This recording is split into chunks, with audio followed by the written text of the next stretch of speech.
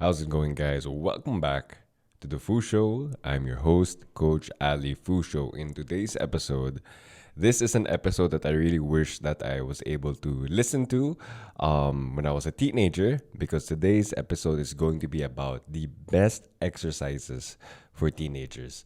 So, when I was a teenager, when I'd be working out, it'll be all over the place. Like really looking back, I don't really recall any strict program or any structure. Not necessarily a program, because teenagers, they don't really need a strict program or a named program. Instead, they just need proper structure, proper guidance, or just anything just to go any solid approach on how they should be going about their workouts. Because when I was a teenager back in high school, I had no idea what I was doing. I just went to the gym. I just copied whatever I saw. Like example, I looked at the biggest guy in the gym, and then I saw that he would do, like example, the bench press. Okay, I'll try to do the bench press. If he did another exercise, then I'll try to do a different exercise. So back then I had no idea what I was doing, and hopefully today's episode would be helpful to any teenager out there that wants to like live a fitter life. So whether that be stronger, aesthetics, or anything else, or sports related, that's something that we'd want to tackle in today.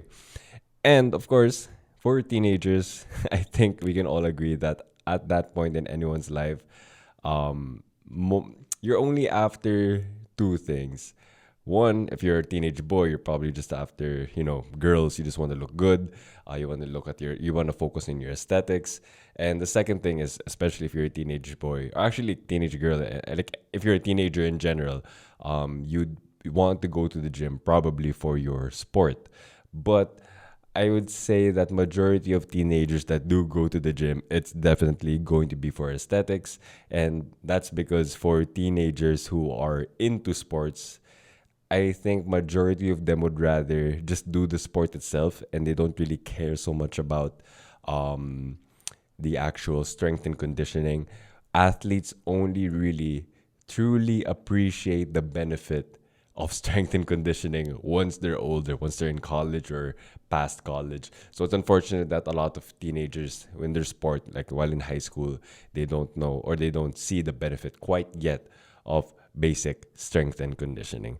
But anyway, I'll try to tackle all of those today, and I would give my best recommendations on how a teenager can just overall get better at the gym, whether that be for aesthetics or for performance.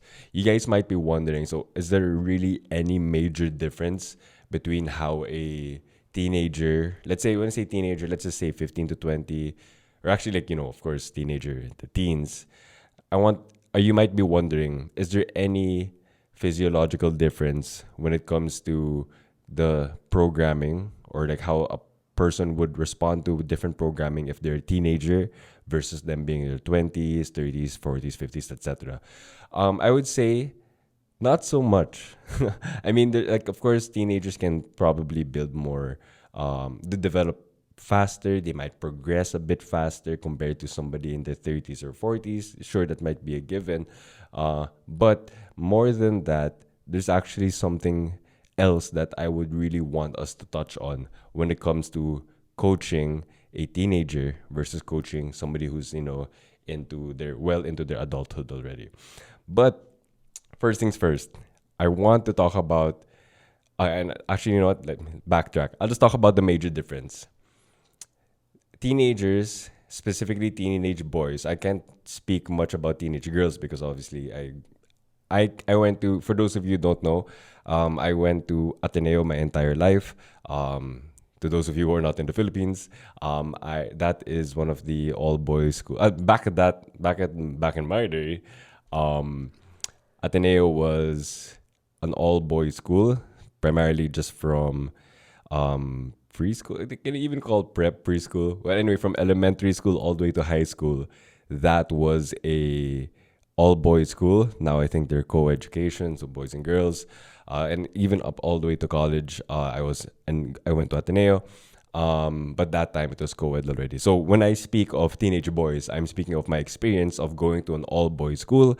I myself was an athlete as well in high school. I was in the football team and judo team at that time. I wasn't, the best in any of those teams, but I was just part of it. It was fun to be a part of a team.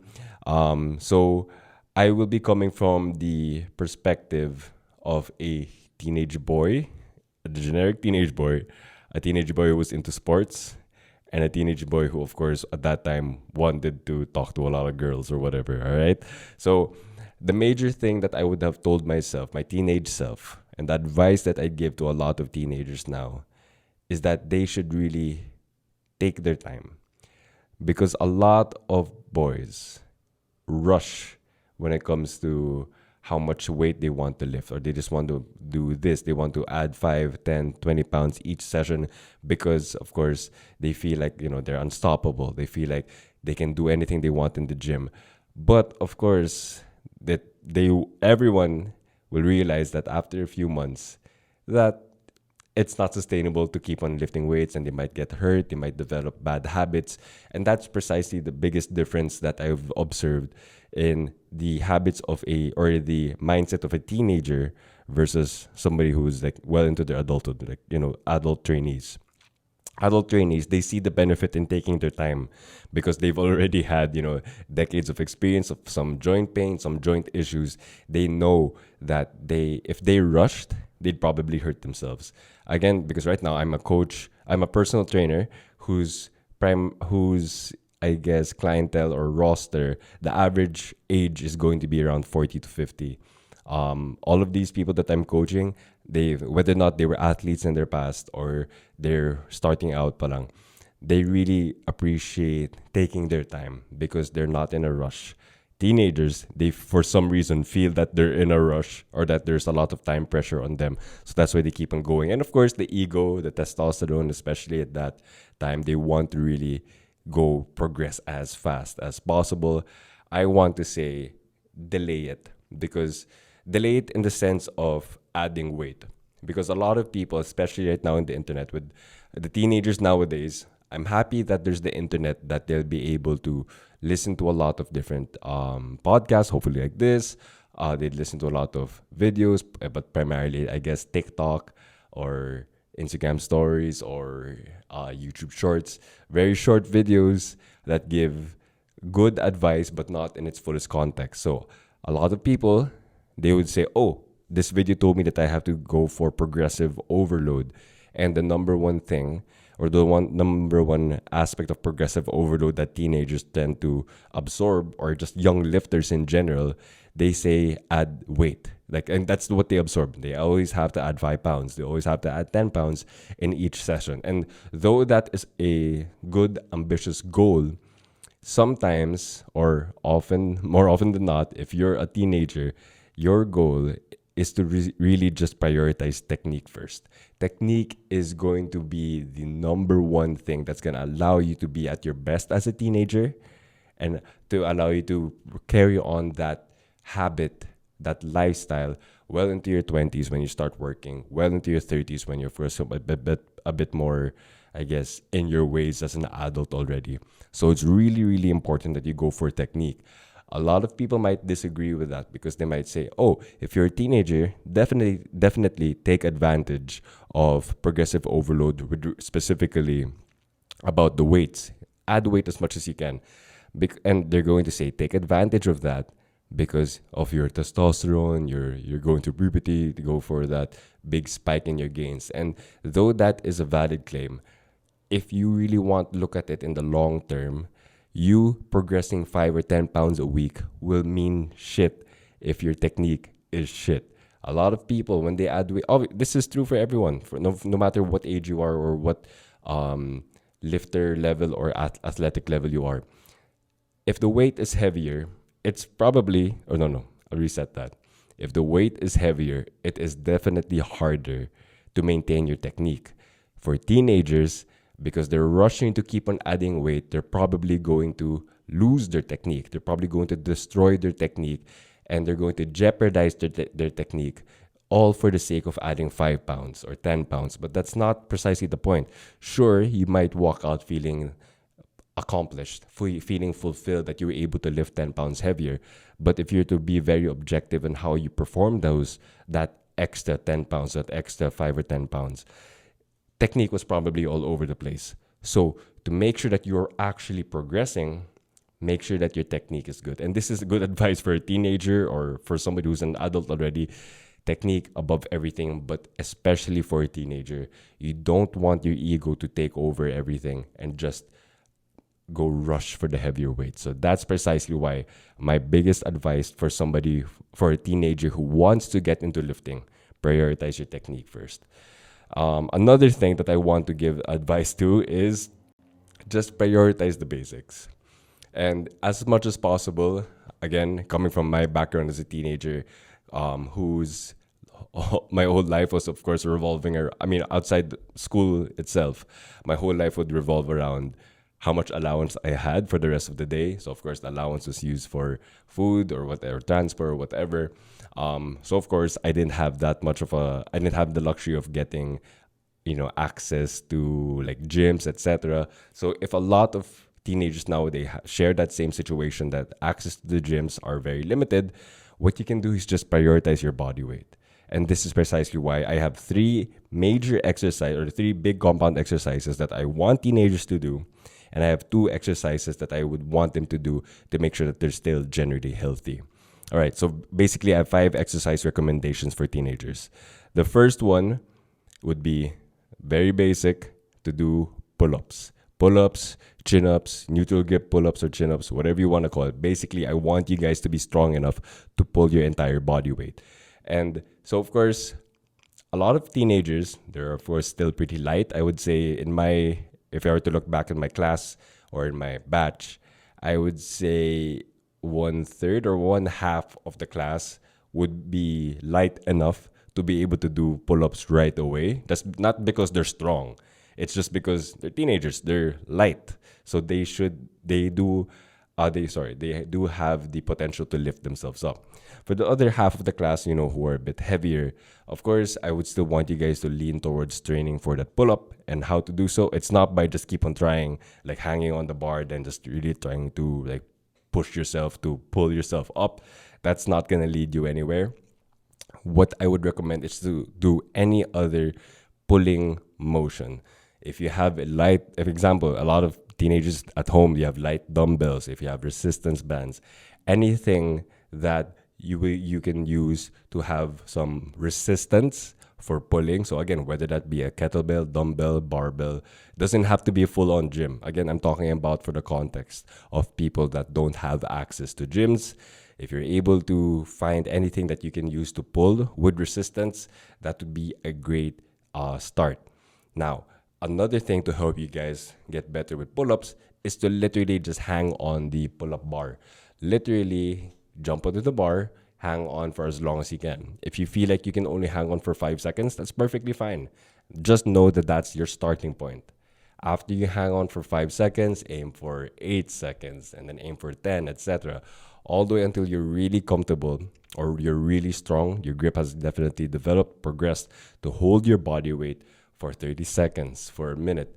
And then at that time, pairing that increasing grip strength with all the minor pulling that you've been doing, for example, the banded pulls, the dumbbell rows, etc. Those will help set you up to do your first pull-up. Now, specifically, how to do pull-ups, I would recommend this for anyone. Always go for, I would say, low reps, high sets. This is not new advice. This is something that's been promoted for the longest time already. I've been applying this to my clients for the past 7 or 8 years with much success. I would say a lot of people who came to me to get my coaching, who they were only able to do 0 pull-ups at the very start. Now they're able to do 6 to 10 with this setup. Do just low reps, high sets. When I say low reps, I literally mean just probably 1 to 3 reps. 1 is already really good. If you're able to do 1 rep with some struggle, then that's perfectly fine. Rest for 1 to 3 minutes. Be very generous with your rest. And then perform another set, probably 10 to 15 sets throughout the day. And then afterwards, you can walk out of the gym or walk out of your workout saying that, hey, I was able to do 10 to 15 pull-ups overall. and then just try to maintain that. Try to do it as frequent as possible, and then you're going to realize that your pull-up strength has definitely increased. So again, everyone is a starting point. If you feel like at the very beginning you can't do a single pull-up, that's perfectly fine. Just do the necessary baby steps, which is to do any rowing or any pulling motion that you have access to. And the very important one is to really just grip on the bar. Very, very important. The next exercise that I'd recommend for a lot of teenagers to do would be the push-ups. And what's great about this is because another thing sorry, what's great about the push-up is that now you still don't need to go to the gym because you can do push-ups wherever you are. You can do it on the floor, at your classroom, you can do it at your bedroom, you can do it at your living room. Just make sure that as you guys are doing the push-up, try to go as low as possible, specifically full range of motion. If you're able to make your chest touch the ground each time, that would be great. Because a lot of kids, looking back, especially back in my high school, we had CAT, cadet training. I forgot what it stands for. And of course, in college, there's something like ROTC. We'll be doing a lot of push-ups there. Looking back, the technique was terrible. My classmates, the officers there, to be honest. Looking back into it, the push-ups were not that clean. And of course, if your technique is not clean, it's not really going to do you any good, right? So what we would want you to do is that if you're strong enough to do push-ups already, make sure that you're going all the way down. Chest touching the floor, and then press all the way up. If you are not strong enough yet as a teenager to do push-ups, that's perfectly fine. What can you do? Do incline push-ups. Go to any bench, like when I say bench, not bench press, as in go to any bench in your house or in the bench in your playground, etc. in school. All you have to do is put your hands on that bench and then do push-ups there. If that's too hard for you, then go to a desk. Go to your school desk. Do push-ups there. Probably do for anything from like 3 to 6 reps or maybe 5 to 10 reps. Whatever it is, it doesn't have to be a really strict program. You just have to be very methodical that you have to know that you are doing incline push-ups so that you can do push-ups on the floor, because that's another great exercise for you to develop your upper body similar to the pull-ups. Now, a very useful tip that I wish I knew when I was younger is that for your push-ups, pause your reps, because a lot of people, a lot of kids, they're so focused on the specific number of reps that they're able to get. Example, especially back then, they'd be competing. Oh, I can do 20 push-ups. Oh, I can do 30 push-ups.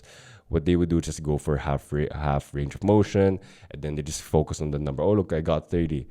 But if you're to be very objective about it, it's very half-assed reps. So no matter how many reps you do, make sure that each rep is as clean as can be. Pause your reps at full range of motion. That's a huge thing. And then the last thing is, so again, for the 3 major movements, would be first the pull-up, the push-up. The next one would be just the body weight squat, or ideally, towards the end, the goblet squat. I want you guys to do the goblet squat with a strict tempo in mind. Or in other words, a strict negative, or in other words, the going down part of the squat. I want you guys to do it as slow as possible and as deep as possible, especially because as your kids, hopefully your mobility is not limited quite yet. So what we would want is that as you do the goblet squat, take 3 seconds. Doesn't have to be like 10 seconds going down. Take 3 to 5 seconds going down per rep. And that's really going to train your legs to have a lot of control. Control, pause, and overall just a good handle of the movements. Any of these movements will definitely help set you up, because again, we need you to perform quality reps. And when it comes to the squat, and when it comes to teenagers, I believe that if they're able to maintain that 3 to 5 count negative going down, definitely their legs are going to get a lot thicker. They're going to be a lot more explosive in their sport. They're going to be just a lot more, like they're going to be way more dominating. Because if you're to look at all of the legs of all the teenagers, they're pretty skinny. Especially and of course, I'm talking about majority of teenagers wherein, of course, they're very light, they're very frail, especially when I was a teenager. I know there are other people who, of course, who were on the heavier side.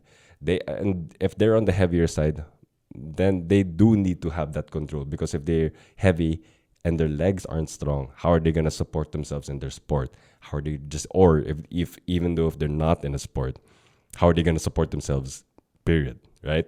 So again, pull-ups, high sets, high number of sets, very low number of reps. That's the best way to go about building your upper body pull.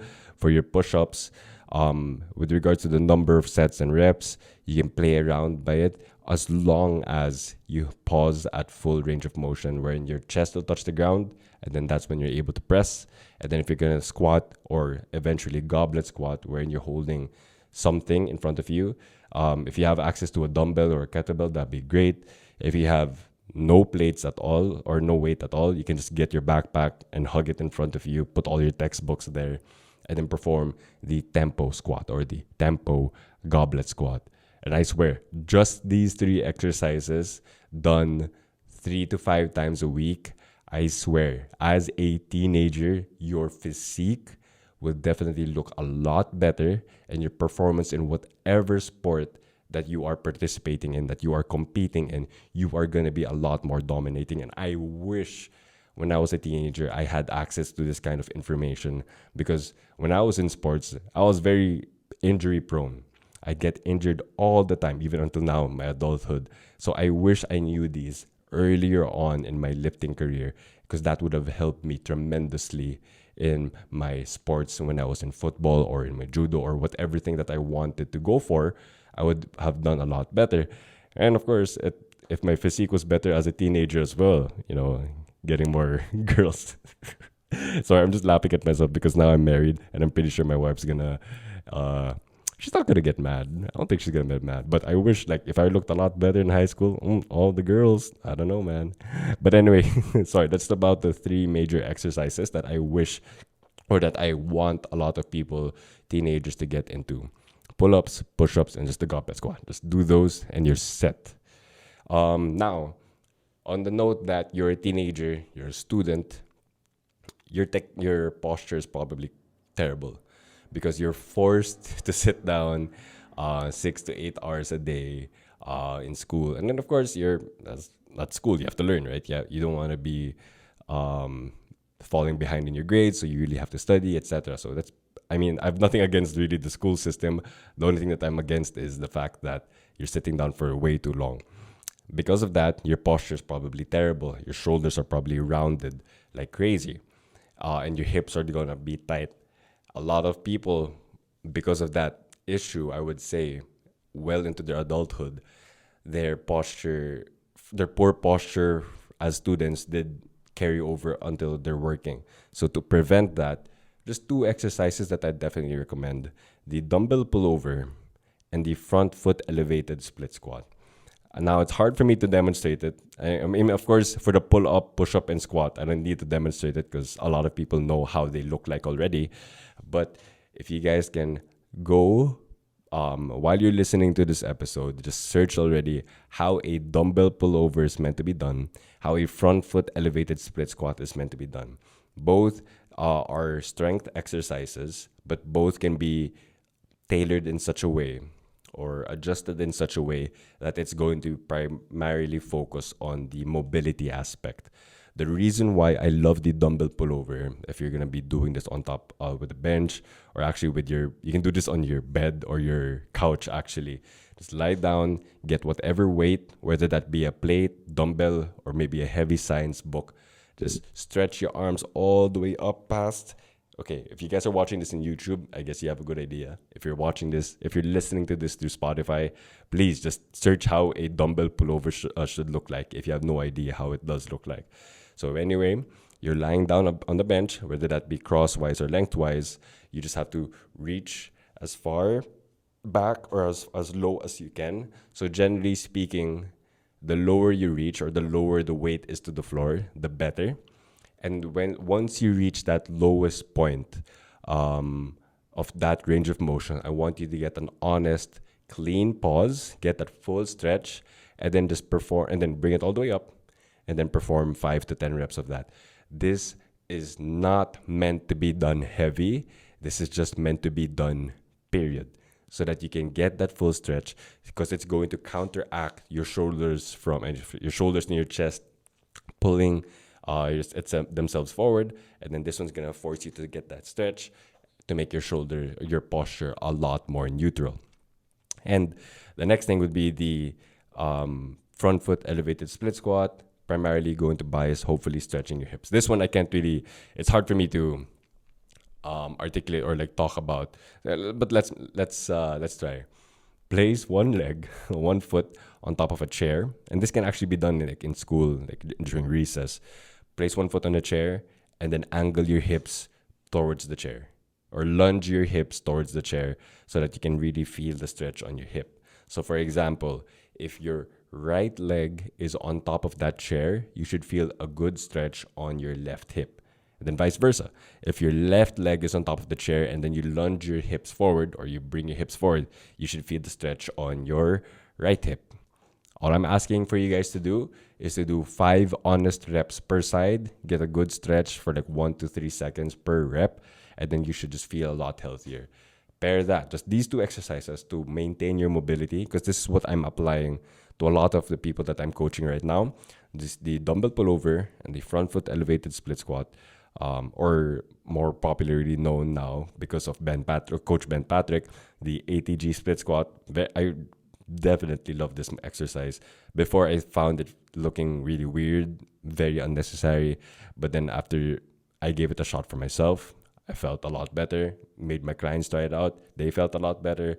So with that alone, I will always try to recommend these 2 exercises: the dumbbell pullover and the ATG split squat, or in other words, the front foot elevated split squat. And I guess that's about it. Hopefully, of course, actually, thinking about it, because I know teenagers, or majority, of course, it's hard for me to generalize. Teenagers, they don't really have the attention span to go for podcasts now. And I think this episode's like over 25 minutes already. Hopefully I think this is a good enough length or duration. Hopefully they found benefit to this. Because what I've noticed it's only primarily adults that listen to podcasts. So if you are an adult, hopefully you are, who knows a teenager who wants to get into working out, please do share it with them, because this will help set them up. Whenever, of course, I'm coaching a lot of moms and dads, or like people who have, like nieces that, are becoming teenagers. They ask for this advice, and this is the advice that I give. And that's precisely why I made this episode, since it's something that will help set their lives up for the future, because you want your child, or you want the teenager that's in your family to live a healthier, stronger life, and hopefully they can carry that up past until they're like in college already, or even past that. And okay, I guess the last piece of advice that I give for teenagers is that, I think I've mentioned it in passing, just don't rush things primarily, and specifically, even though a lot of people might not agree with this, but I don't want teenagers to powerlift. Unless example, if they really do want to do powerlifting, and if they have a guided coach, if they have somebody to really help them out, powerlifting is a great sport for them. But if you are just doing it on your own, I feel like it's very hard to do it properly, because there's a lot of technique going about it. Example, the bench press, a lot of kids are, I guess, because they see it all over online, they want to do the bench press and they get hurt. I'm really speaking out of experience, because I did the bench press. I got hurt a lot. Was it my technique? I don't think so, but maybe just my shoulders and my joints are just really weak in general. That's not a cop out. I think I really have some issues that even light weights really F my joints up. But nonetheless, the reason why I wanted to end with this is because if you're somebody who just wants to get better at sport, or just have better aesthetics, I think the exercises that I listed down will really be helpful. The barbell squat, the barbell bench press, the barbell deadlift are great exercises, but I can only confidently recommend a teenager to do it is that if they have a coach to really help them out. Because if they don't, they're probably going to hurt themselves, and it's probably going to limit themselves for the rest of their lives. And that's something that we don't want. We don't want the teenager to get hurt, and then they're just going to not try to get healthier because of the fear of them getting hurt again. And I know people who, they were scared of the past because they hurt themselves, and they're scared to try again. So as much as possible, we don't want any teenager or anyone to go through that. But I guess that's about it. Again, if you know anyone who's a teenager who wants to get into working out, either just share the advice that I shared in this episode to them, or if you feel like they're into listening to podcasts, might be best if you just share this episode with them. Because I wish, when I was a teenager, I really wish I had more access to educational podcasts or educational videos like this. I really wish I had something like that. And that's precisely why I make these videos, to help out people. Because back then I would have definitely appreciated help like this. But anyway, that's about it. This was episode 20 of the Foo Show, the best exercises for teenagers, or maybe just the best advice for teenagers when it comes to working out. I'll see you guys next week.